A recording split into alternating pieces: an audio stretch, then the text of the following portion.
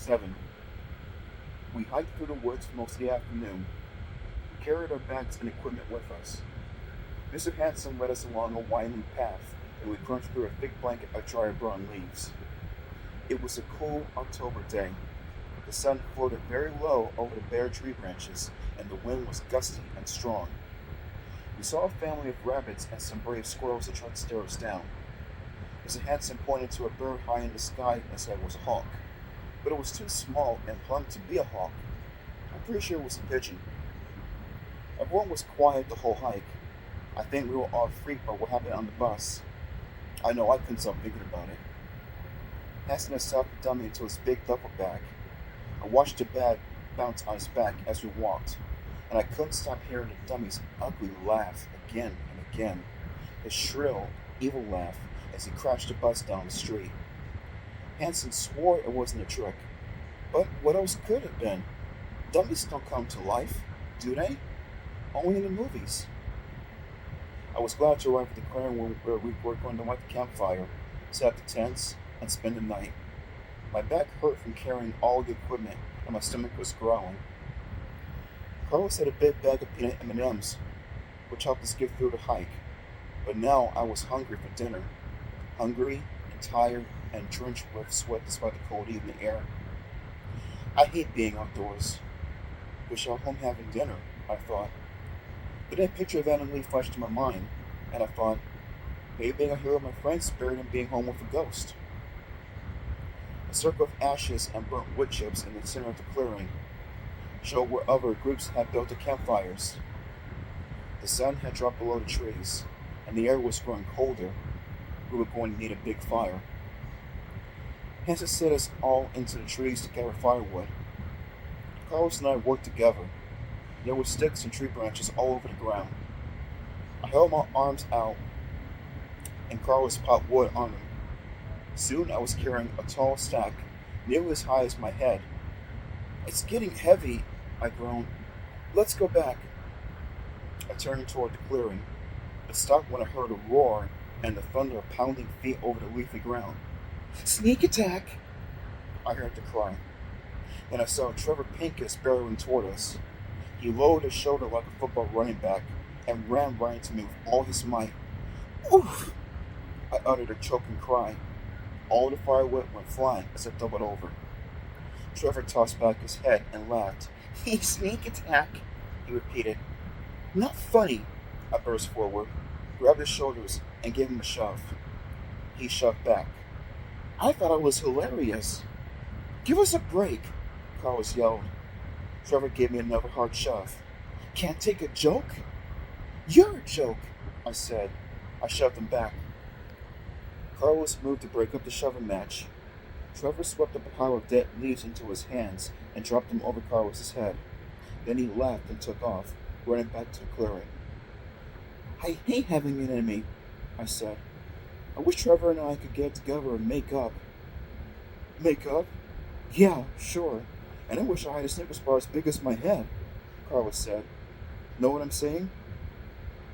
By the time we got back into the clearing, everyone was setting up tents. The girls lined up their tents on the far side of the fire. The boys took the other side.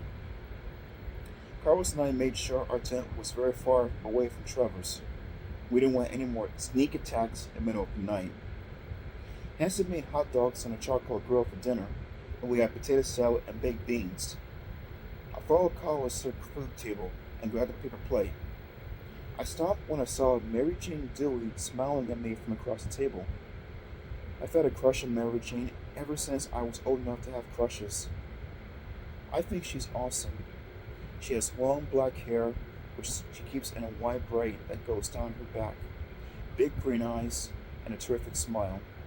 And she's funny and smart and very popular. Mary Jane seldom smiles at me, even though we sit next to each other in class. Truth is, she pretty much doesn't know I exist. So you can imagine my shock when I saw the big smile she had for me at the food table. Hi, I said. How's it going? She didn't answer, just kept smiling. Fun night, huh? I said. She blinked. Oh, Chet, hi. You, were smiling at me, so I thought I'd say hi. She laughed. I was smiling at the hot dogs. I'm totally starving. Smiling at hot dogs. She nodded. Awkward. Got a couple hot dogs and spun away from the table, hurried to catch up with Carlos. The sun had gone down. The sky was purple and filled with stars. I zipped my parka to the top and pulled the hood down over my head. The fire crackled and blazed. The red and yellow flames swept high, reaching for the sky. We huddled in a circle around the fire. Our faces were red in the firelight, with shadows flickering over us. Listen up, everyone, Hanson said, warming his hands in front of the fire. I was going to tell a ghost story, but I think we've had enough scares for one day.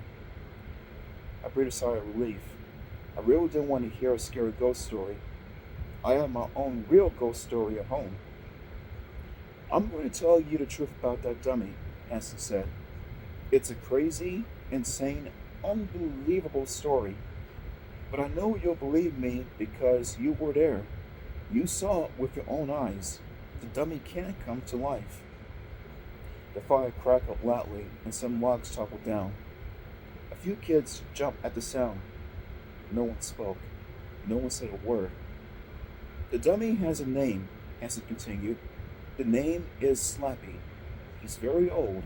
I don't know exactly how old. I found him in my grandfather's attic.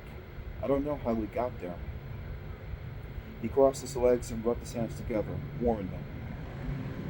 I started to do research on Slappy. Do you believe the dummy has his own Wikipedia page? Carlos and I exchanged glances. Was Hanson doing his usual horror story routine? He had sworn this wasn't a joke. This is what I learned, he continued, raising his voice over the crackle of the fire. Slappy was made by some kind of sorcerer. The dummy has powers. Evil magic. I mean, it can come to life. Some kids started to murmur and whisper. Hanson waited for them to get silent again. There was a set of words, the words you heard me say on the bus. If you say the words aloud, Slappy will come to life. The only way to put him back to sleep is to say the words again. Are you making all this up? Courtney Levitt demanded. Hanson shook his head. You saw it, Courtney. You saw me use the words to put Slappy back to sleep on the bus. This isn't a story. It's real. And he's asleep now, I asked. He can't wake up? Hanson nodded. He can't wake up on his own. Someone has to read the words to wake him up. And believe me, people, no way I'll ever say those words again. He's, like, dead. A boy near the side of the fire demanded. It's really safe to have him here? He's like dead, Hanson said. I made a terrible mistake. Last night, I said the words out loud. I didn't believe the whole story. I thought it was a joke. I said the words, and you saw what happened on the bus this morning. A lot of whispering and low voices around the fire. Then Trevor said, if it's totally safe, can we see him again?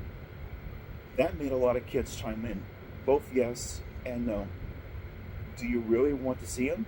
Hanson asked. It's perfectly safe. Trust me, we even pass him around. More murmured conversations. Okay, let's go get him, Hanson said. You could see this evil guy close up. He pointed at Trevor. The dummy is in my tent, right over there, in the big duffel bag. Pull him out and bring him here, okay? Trevor gave Hanson a two-finger salute, and he climbed to his feet and took off, running to Hanson's tent. He disappeared into the tent. We all turned to watch. The fire danced in front of us. I heard the whoo, whoo of owls far away in the trees. I shivered and pulled my hoodie tighter around my face. We watched Hanson's tent and waited. It seemed to be taking Trevor a long time. Hanson scratched his head. I told him the big duffel bag. There's only one duffel bag, he said. And then we all saw Trevor's head poke out of the tent. Trevor took a few steps toward us. Mr. Hanson, he called. Mr. Hanson, the dummy. It's Gone!